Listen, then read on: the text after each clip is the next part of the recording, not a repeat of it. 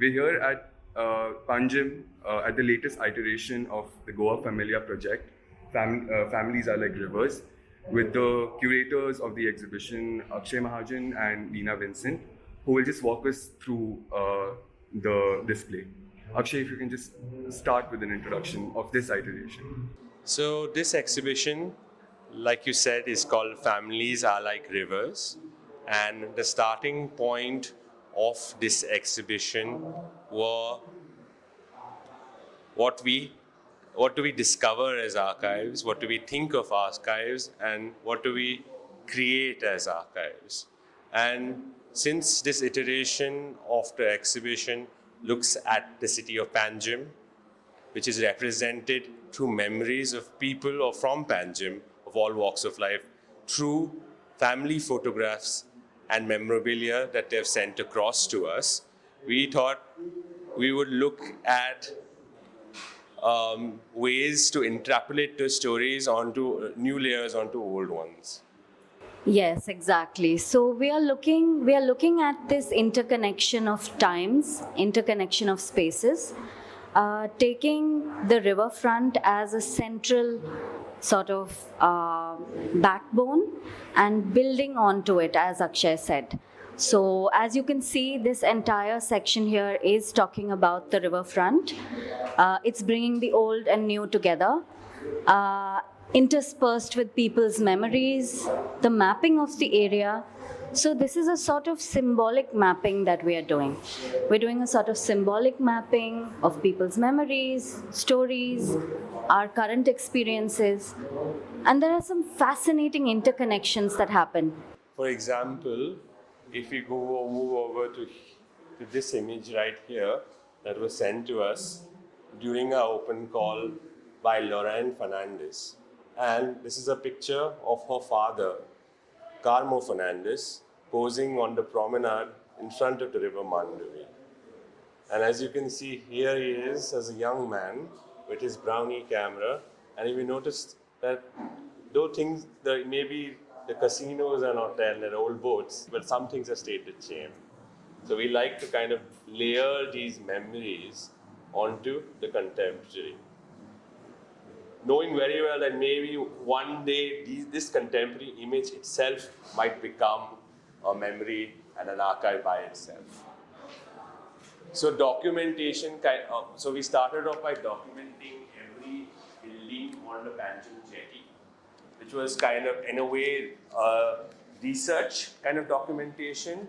But in a way, you'll see that there are several remnants of the past you will still find in these buildings. For example, this is a very famous building in Bangalore, home to one of the oldest families, the Granikar family. And they are instrumental in the history of city of Panjim.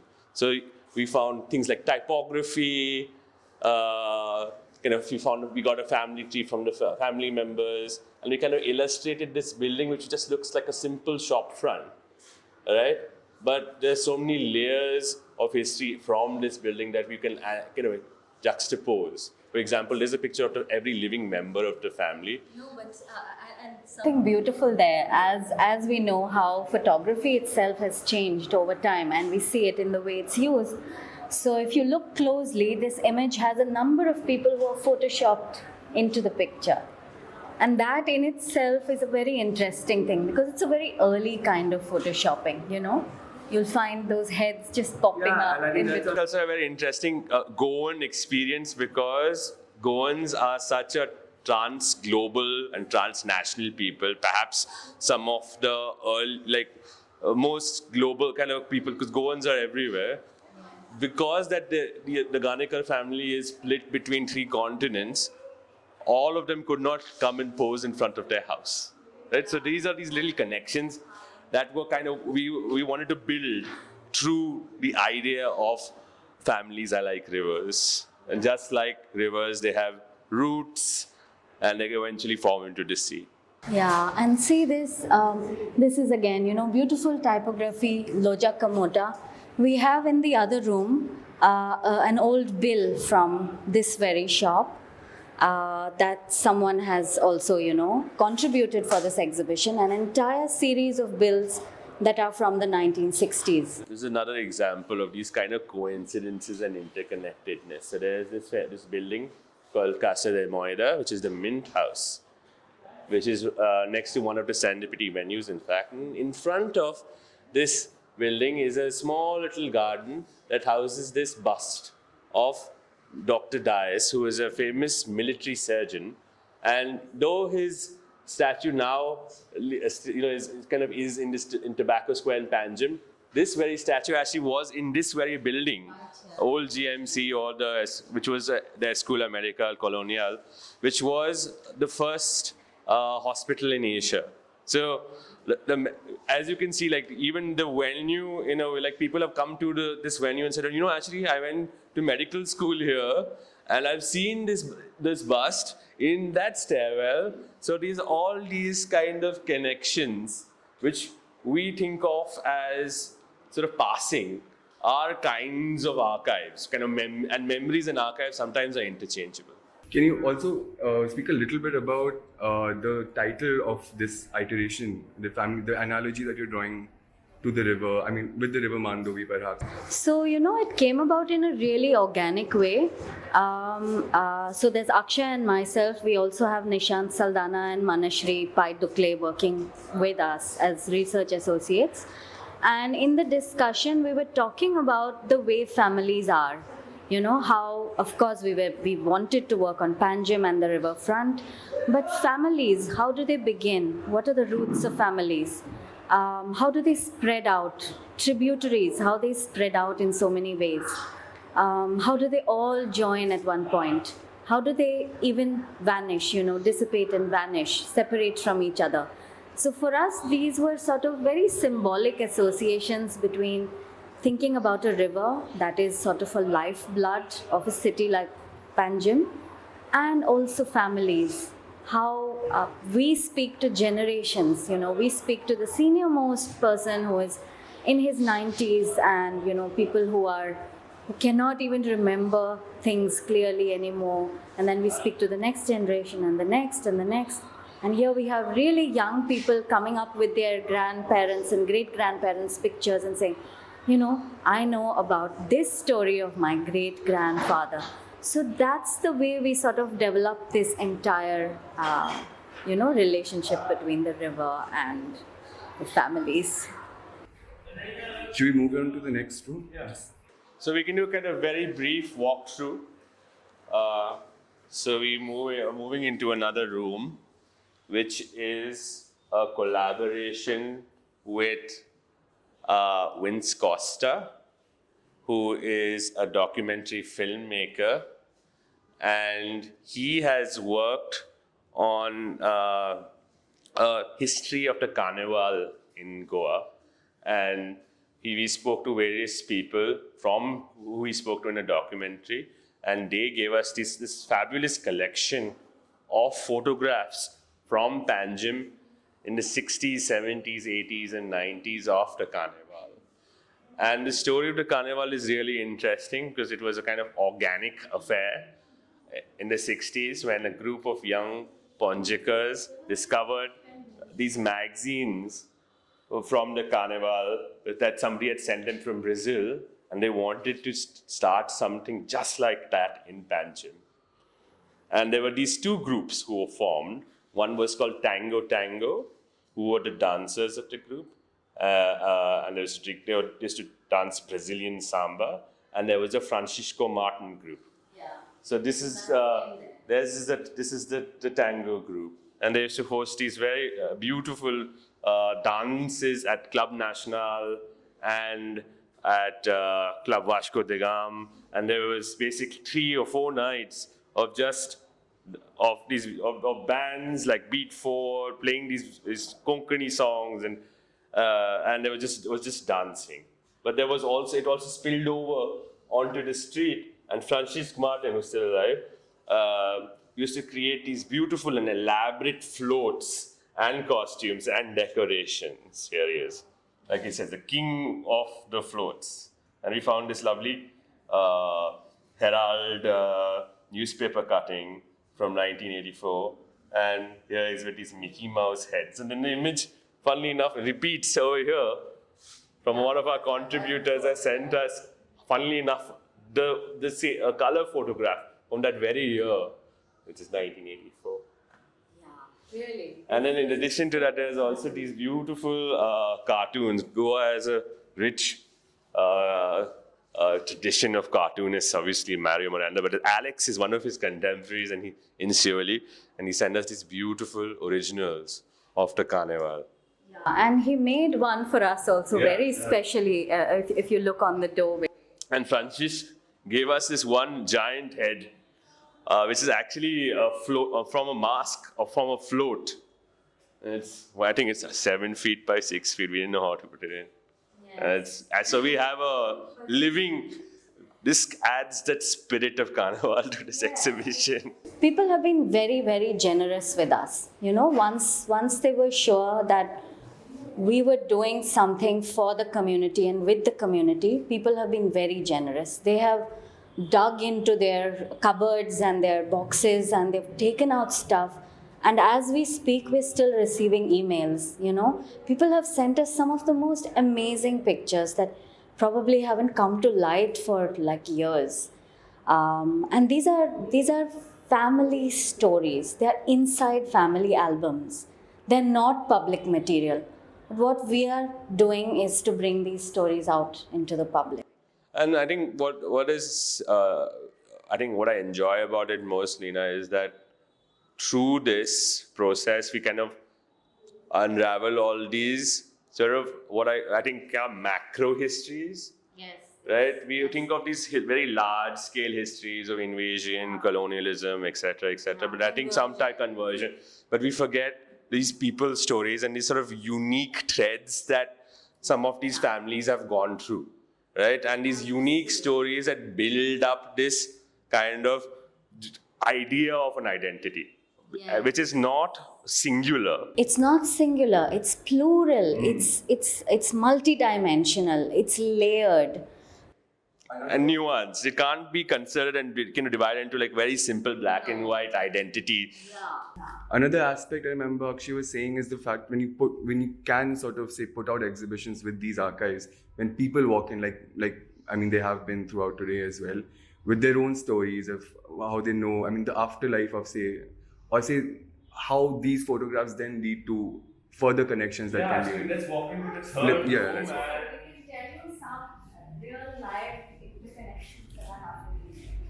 Maybe we can tell them about the couple who just came in fact. So, a couple who just came in were telling us that they had a very interesting story because they are Goans from Gujarat.